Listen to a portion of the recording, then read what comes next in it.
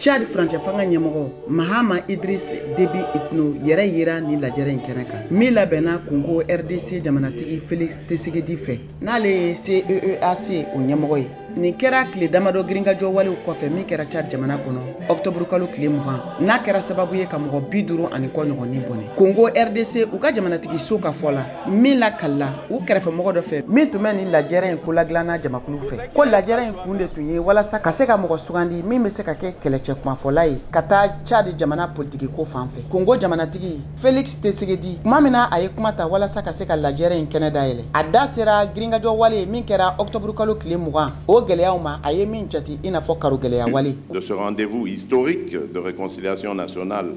et de refondation de l'État tchadien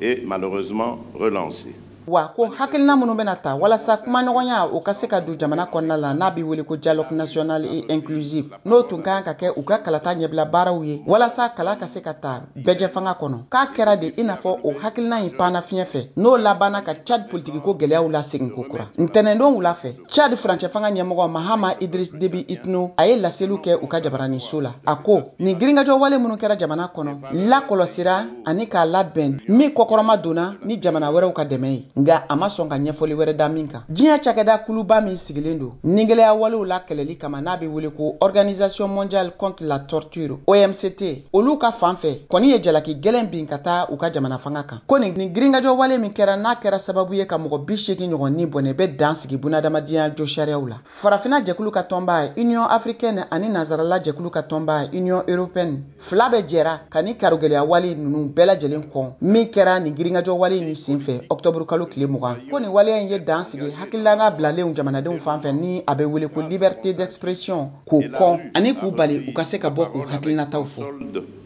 Mort d'hommes par dizaines et le défi à relever majeur